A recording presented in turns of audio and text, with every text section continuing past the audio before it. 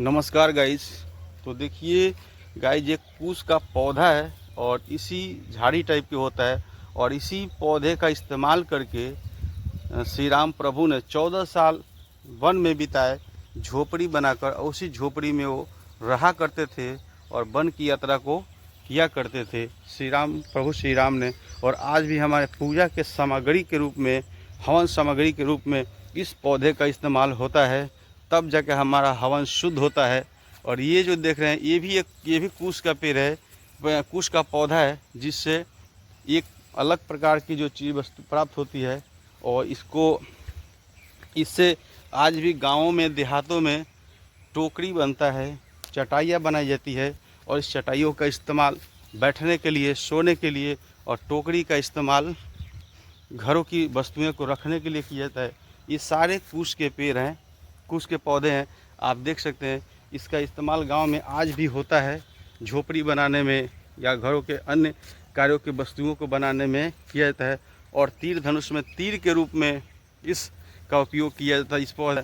और औरतें गाँव में, देहातों में टोकरियाँ बनाती है और उस टोकरी का इस्तेमाल करके हम उसमें सामान रखते हैं और अपने खाने पीने के वस्तु, अन्य प्रकार के सामान को रखा जाता है। ये पूरे कुश के पौधे हैं, आप देख सकते हैं। और कितना ही सुंदर है, बिल्कुल इतना सुंदर है क्योंकि बहुत ही सुंदर दृश्य भी लग रहा है। और ये देखने योग्य है। इस कुश का पौधे का इस्तेमाल हमारे प्राचीन काल में ऋषि मुनियों ने भी किया है, आश्रम बना के बच्चों को शिक्षा देने में।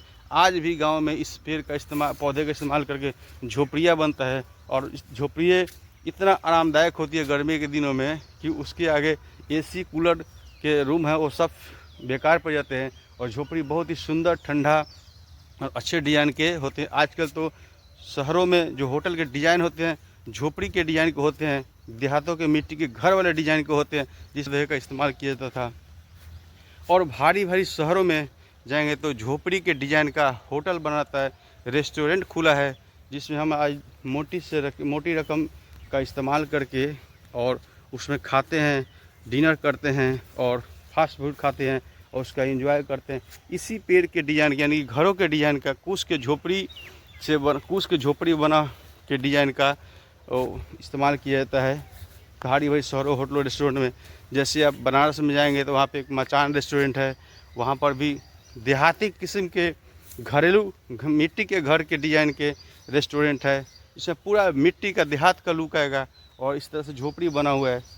और ये हमारे प्राचीन काल में इस पौधे का इस्तेमाल होता है और आज भी हो रहा है गांव में झोपड़ियाँ बनाने के रूप में। देखिए ये पौधे को कितना सुंदर और कितना खूबसूरत है।